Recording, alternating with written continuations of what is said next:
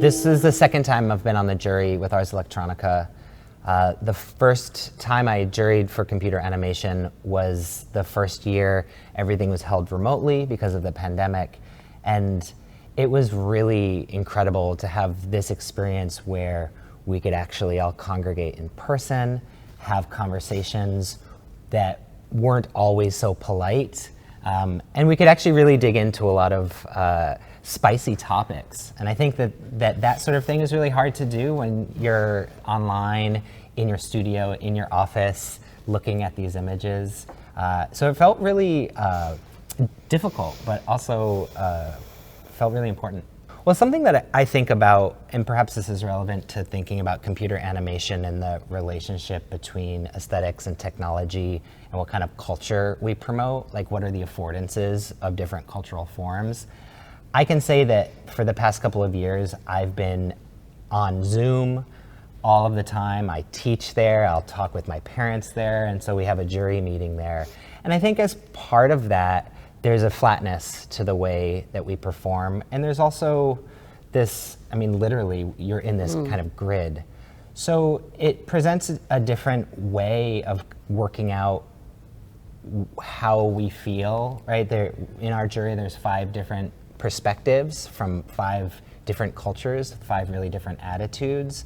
And so when we're all sitting in the same room and we're looking at work and we disagree with what that actually means because we're bringing our own baggage, I find that when it's in person, you get a lot more than simply this image or this rhetoric of what those values are. You can really have a conversation and get a feeling for where someone else is coming from. It's a little messier.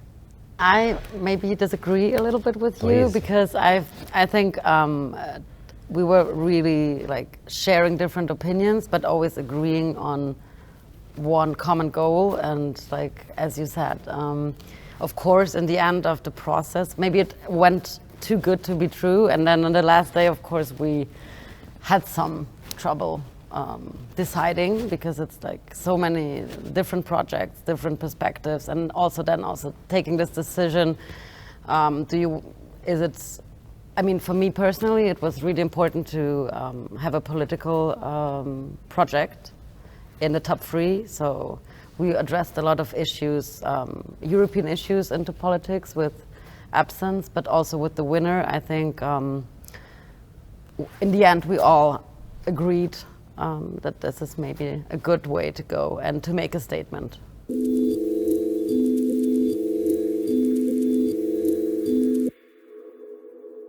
I mean, this was also a topic we discussed a lot, and there were tensions, emotions, but I really also liked it how we made it together, like how we went out, and everybody was, I think, very happy that we made the decision of the top 3.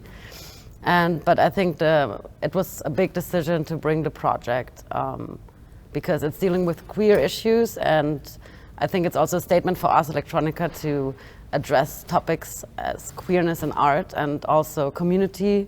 For me personally, coming also from my artistic approach, since I work with communities, and it's really important to address issues and work inclusive and co-creative with communities, I think the winning project is a good example for it.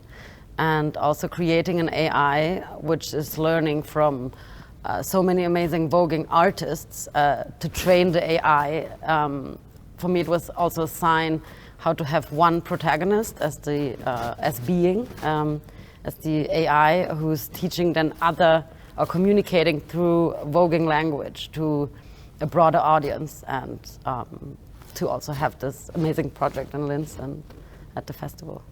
Yeah, I would also add that when I think about this category of computer animation, my first stereotype is thinking about film or television, like a bit more flat medium that has this time aspect. In the past, we can also complicate that by thinking about video games and interactivity.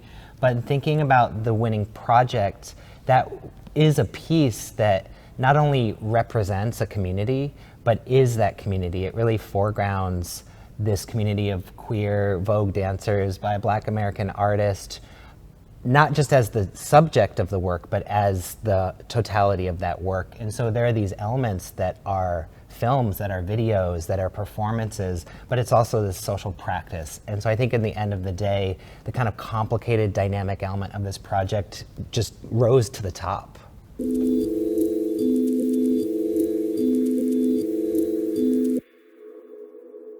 Yes, I have a strong feeling. Also, the three winning projects dealt with, we just saw it after we chose it, but it all dealt differently with the topic of the human body and of the topic of trauma, and also from different perspectives, and also addressing different audience. So the Japanese project is really like about intimate and intimacy.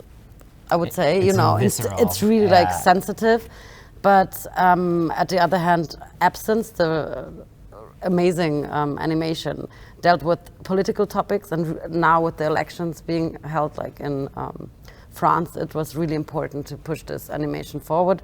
And also there was like these bodies and how the artists worked with creating bodies as sculptures and animating it in the film. It's so I think that a topic would be the body or the embodiment or empowerment, but also I think there weren't so many climate change projects, which I expected somehow, but which from my perspective, it's really interesting to see all these projects using game engines or gaming culture.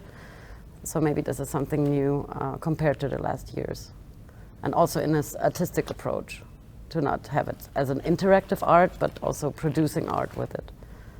Yeah, and in terms of the thinking about this theme that we noticed emerging with the top three artworks, there were bodies at the center, a body at the center of each one of those works. But in addition to literally seeing this body pictured, and maybe in anxious bodies, there's this visceral, kind of almost at times cringy feeling.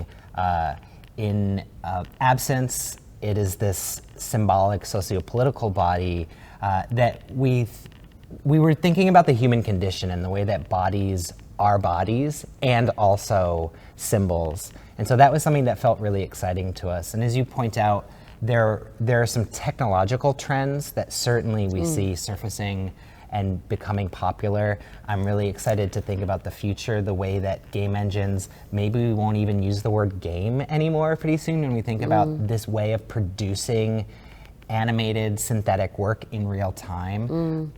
We had some really interesting conversations about that distinction, because I'm noticing it's becoming more and more accessible to use these technologies to make animation where you're not working frame by frame anymore. You're creating these systems and you're kind of performing them or playing them into a film or into an installation, into existence.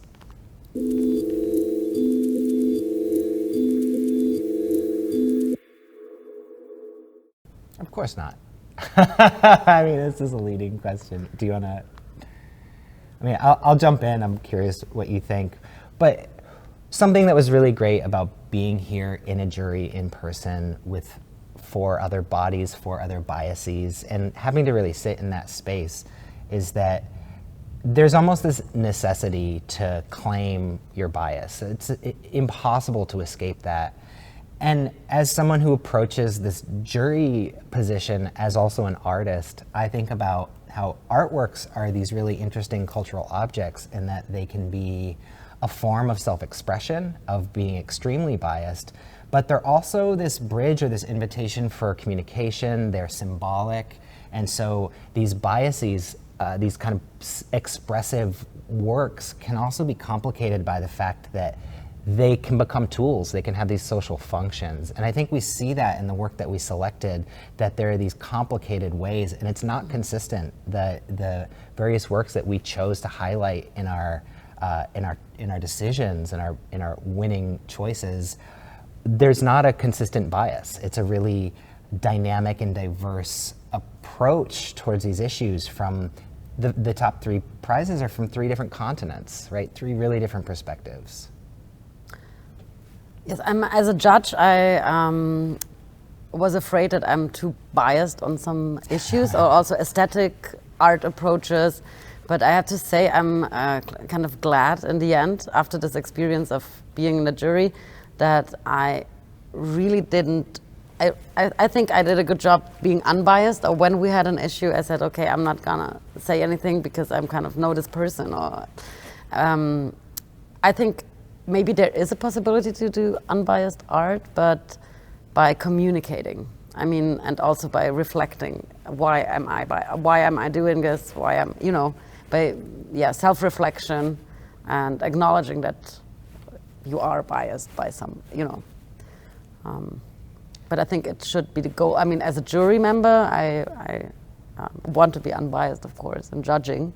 It's not always possible, and sometimes it's really like when you have a strong opinion about which statement we can make, using also the prominent position of Ars Electronica to show also emerging artists in, especially in Austria, but also like worldwide. It's an international festival, and to make a statement and say, okay, you don't have to, you deal with marginalized communities and you can win a prize, or you can, I think it's just, we wanted to inspire also the emerging artists from marginalized groups to continue doing the art, and maybe they get funding, or I think it's just important to raise this, to also have it on top.